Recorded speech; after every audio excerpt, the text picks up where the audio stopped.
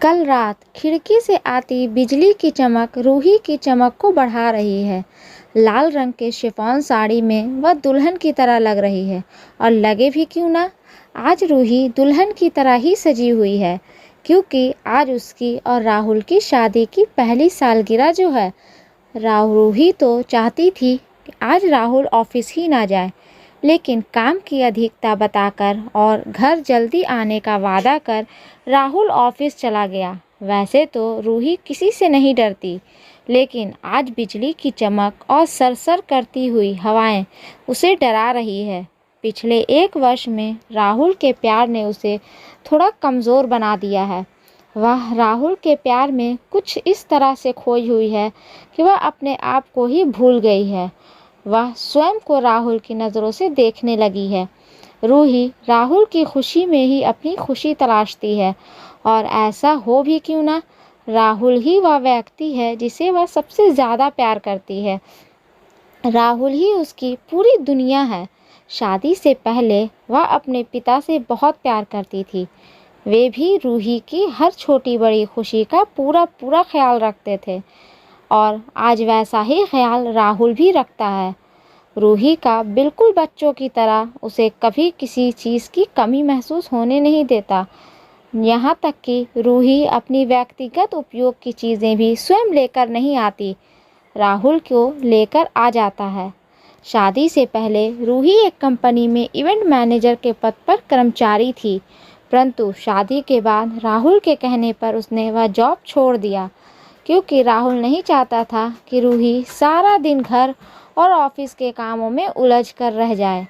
रात के 10:30 बजने को हैं, राहुल अब तक घर नहीं लौटा।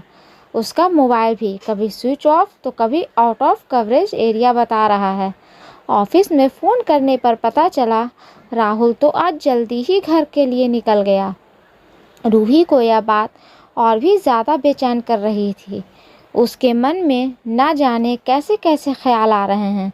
राहुल इससे पहले तो कभी इतना लेट नहीं हुआ, और आज इतने स्पेशल डे पर राहुल अब तक घर नहीं पहुंचा, और ना ही उसने उस रूही को कॉल किया। रूही ने आज पूरे घर को बहुत ही खूबसूरत तरीके से सजाया है। फ्लोटिंग कैंडल, बैलून, फ्लावर के साथ मध्यम मध्यम जलती कमरे की रोशनी पूरे घर को और भी ज़्यादा खूबसूरत बना रही है। रूही ने डाइनिंग टेबल पर सारा खाना राहुल की पसंद का बना रखा है, पर अब तक राहुल का कुछ पता नहीं है। शाम से ही रूही उसका इंतज़ार कर रही है। अब बारिश और भी तेज़ हो गई। बादल की गड़गड़ाहट, बिजली की चमक और सरसर करती हुई हवाओं की आवाज़ रूही को भयभीत कर रही है। इंतज़ार करती हुई रूही थक कर सोफे पर बैठ गई। बैठते ही उसे झपकी आने लगी। तभी तकरीबन 11 बजे डोरबेल बजा, और डोरबेल बजते ही रूही ने दौड़कर दरवाज़ा खोला। सामने राहुल खड़ा था, हाथों में फूलों का गुलदस्ता लिए। राहुल देखते ही रूही उससे लिपटकर रोने लगी। तभी राहुल उसे शांत करते हुए बोला, सॉरी डियर, आज ऑफिस में बहुत ज़रूरी डील फाइनल करनी थी, इसलिए लेट हो गया। Anyway let's celebrate. घर के अंदर आते ही राहुल ने रूही को अपनी बाहों में लेते हुए बोला, wow Ruhi, it's so beautiful, real you are या गुड इवेंट मैनेजर। तुमने तो पूरे घर को एक नया लुक दे दिया है। It's looking so romantic, and this beautiful diamond ring for my most beautiful wife. Roohi इतराती हुई अपने आप को राहुल से अलग करती हुई बोली, थैंक यू। तभी राहुल रूही को अपनी ओर खींचते हुए बोला, रूही तुम फिर से अपना जॉब ज्वाइन कर लो। रूही आश्चर्य से राहुल की ओर देखने लगी। राहुल की बातों में गंभीरता थी। तभी राहुल आगे बोला, मैं नहीं चाहता तुम्हारा टैलेंट इन 4 दीवारों के अंदर दब कर रह जाए, और जब तुम जॉब करोगी तो सेल्फ डिपेंड भी हो जाओगी। राहुल की स्पेशलिस्ट वाली बात को रूही को अच्छी नहीं लगी। इसके अलावा भी रूही राहुल को पर अपना प्यार जताते हुए अपनी दोनों बाहों को राहुल के कंधे पर रखती हुई बोली, जनाब मुझे कोई सेल्फ डिपेंड नहीं बनना, मैं तो सारा जीवन तुम पर ही डिपेंड रहना चाहती हूँ। तभी राहुल रूही की बाहों को हटाते हुए बोला, नहीं, तुम्हें सेल्फ डिपेंड बनना है, समझी। तुम इस बार राहुल के शब्द में कठोरता थी। रूही राहुल को खुश करने के लिए बोली, ओके बाबा ओके, मैं सेल्फ डिपेंड बन जाऊंगी, ठीक है। अभी चलो, मैं तुम्हारी पसंद का खाना बनाई हूँ, चलकर खा लो। ऐसा कहते हुए रूही प्लेट लगाने लगी। रूही को प्लेट लगाते देख राहुल बोला, एक ही प्लेट लगाना, मैं खाना खाकर आया हूँ। राहुल के ऐसा कहते ही रूही के चेहरे पर उदासी छा गई और उसकी आंखों से झरझर आंसू बहने लगे। इधर बारिश भी थम चुकी थी। रात की और भी अधिक गहरी, काली और पूरी तरह से शांत हो चुकी थी।